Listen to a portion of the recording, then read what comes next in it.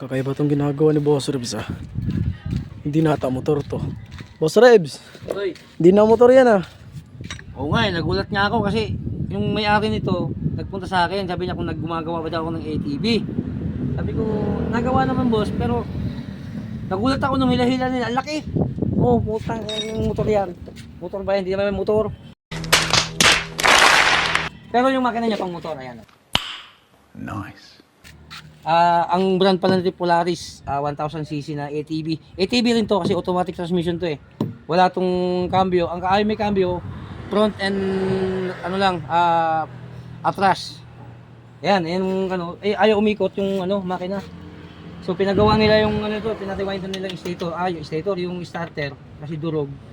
So nung binuksan ko, ito nakita ko ayan, oh. Ito, focus mo to ayan, oh. Ay pinagtamaan ayan, oh.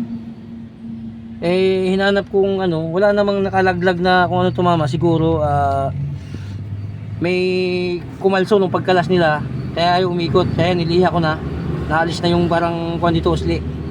Kaya titestingin natin kung ano, kung okay to, ikakabit na natin.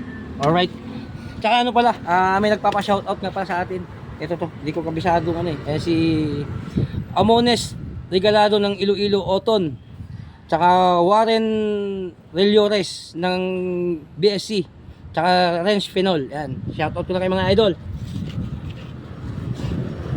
So mga boss, magpapalit nga pala tayo ng susian dito. Gawa ng sira pala ang susian dito.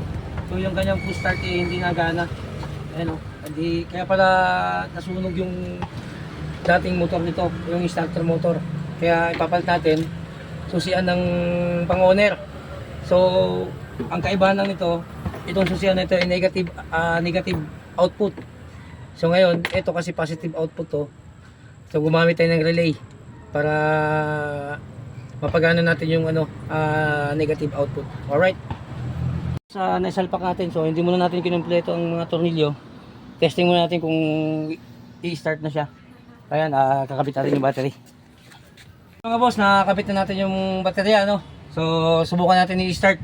Ayan. Oh, ayaw. Yan ang starter nito. Oh. To start.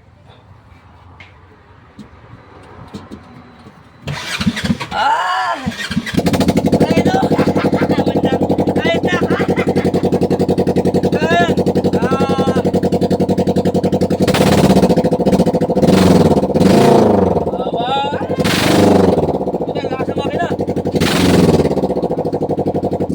Alright, napaandar natin. So, ang starter niya pala, sa preno, kapakan mo yung preno, mag-i-start siya. Ngayon lang tayo naka-ano nito eh. Kaya, umandar na. Kakabit na natin lahat. Tapos lagyan natin ng tubig yung radiator. Alright!